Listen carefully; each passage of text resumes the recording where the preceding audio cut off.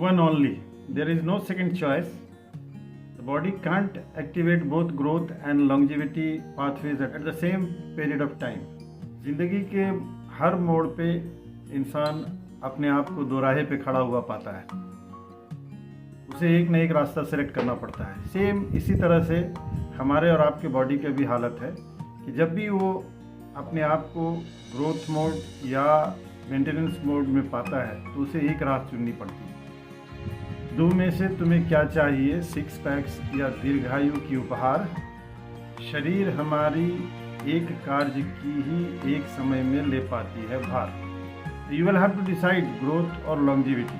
हमें ये जान लेना चाहिए कि ये हमारे शरीर को किस तरह से मेंटेन करता है और किस तरह से ग्रोथ को फेज में रखता है, और हमें अपने प्राथमिकता के अनुसार, प्रायोरिटी के अनुसार अपनी राहें चुननी होती है। मैंने देखा है लोगों को 40 की उम्र में, 50 की उम्र में 6 पैक्स बनाने की दीवानगी के साथ जिम जाया करते हैं, और खेल ही खेल में उम्र और आगे की ओर खिसक जाती है और शरीर उनकी एक विस्फोटक स्थिति के दहलीज पर जा पहुंचती है, जहां से लौटना और रीसेट कर पाना नामुमकिन सा लगने लगता है।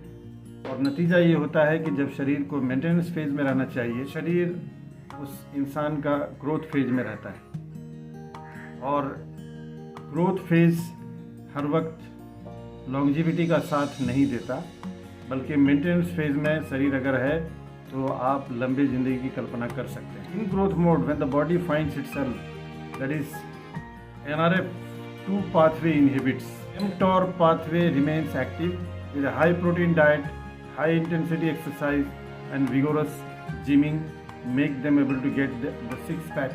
ये वैसा दौर होता है कि जब आप इंसान सिक्स पैक्स बनाता रहता है और हाई प्रोटीन डाइट लेता है। इवन इफ मैंने देखा है लोगों को स्टेरॉयड प्रोटीन्स लेते हुए, हानिकारक प्रोटीन्स लेते हुए, एक ही गोल होता है कि उनका सिक्स पैक्स बने, और उस वक्त उनके बॉडी ग्रोथ फेज में रहते हैं। When the body is in maintenance mode, that is mTOR pathway inhibits and NRF2 pathway activates.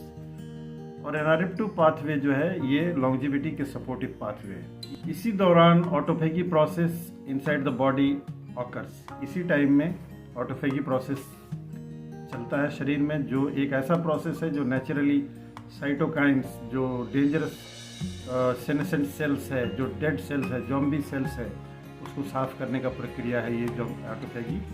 Autophagy के लिए सबसे अच्छा जो प्रोसेस है वो है इंटरमिटेंट फास्टिंग, जिससे ऑटोफेगी प्रोसेस सुचारू रूप से शरीर के अंदर चलता है और जिससे बॉडी लॉन्जिविटी की तरफ अपने आप को मेंटेनेंस फेज में रखती है। तो इस मोड पर बॉडी को ऑटोफेगी प्रोसेस और के तरफ लाने के लिए हमें मेंटेनेंस फेज की तरफ आना पड़ता है, दैट इज NRF2 पाथवे को एक्टिवेट रखना पड़ता है।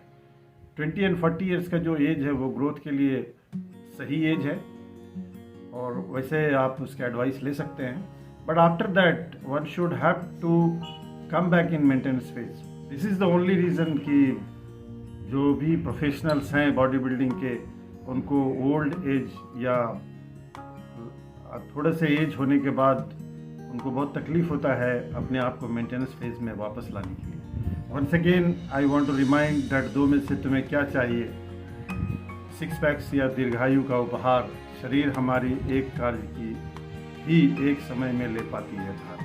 तो this is very important to understand. हमें आपको ये समझते हुए अपने बॉडी को उस तरह से काम पे लगाना चाहिए कि अब हमारा एज अपने आप को अपने बॉडी को ग्रोथ मोड पे रखने का समय है या मेंटेनेंस फेज पे।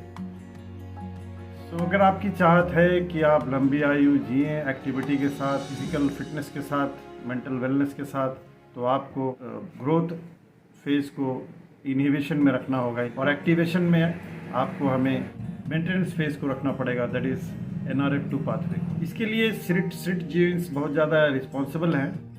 SRIT जीन NAD के मौजूदगी में बहुत ही ज़बरदस्त तरीके से काम करता है, इसलिए NAD बहुत ही इम्पॉर्टेंट प्रोडक्ट्स है। वी रूट्स के पास जो प्रोडक्ट्स हैं वो है माइटो कॉम्प्लेक्स, NAD कॉम्प्लेक्स, एंड ये सारे प्रोडक्ट्स हैं जो NRF2 पाथवे को एक्टिवेट मोड में रखते हैं। और आप जब ये डिसाइड करते हैं कि हमें लंबी ज़िंदगी चाहिए विद प्रोडक्टिविटी के साथ, तो these NAD and माइटो complex that is coenzyme Q10, nicotinamide molecules and ये सब मॉलिक्यूल्स जो है बॉडी को NR2 पाथवे में एक्टिवेशन मेंटेनेंस पाथवे को एक्टिवेट रखने में मदद करता है। Thank you so much.